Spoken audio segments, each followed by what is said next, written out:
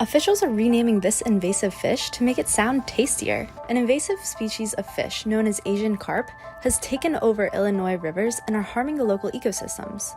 In an effort to make the fish seem a little more palatable, it's getting a new name, Kopi. There's like 20 million pounds of copies in Illinois rivers, so there's a ton of them out there.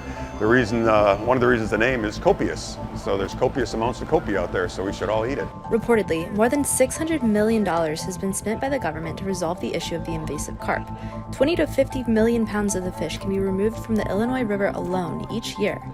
And the fish are really easy to catch, so turning them into a food item instead of waste makes sense. It's a green choice, right? We're in a place where we're challenged with climate and how far our food travels.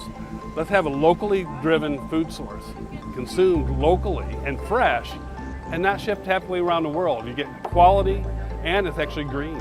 If you can't beat them, eat them. Anything you do with ground meat, you can do with kopi. So burgers are most popular for us here, but we do bolognese, meatballs, we've done sausage, tacos, all that kind of stuff. And everything we've made, people like. Kopi is cheap, so you get it for $6 a pound, whereas these days, I've been in this business almost 50 years now, and fish was a lot cheaper, obviously, 50 years ago with gas and everything else, but Chilean sea bass snapper, $50 a pound these days. So, people are always looking for a cheap protein.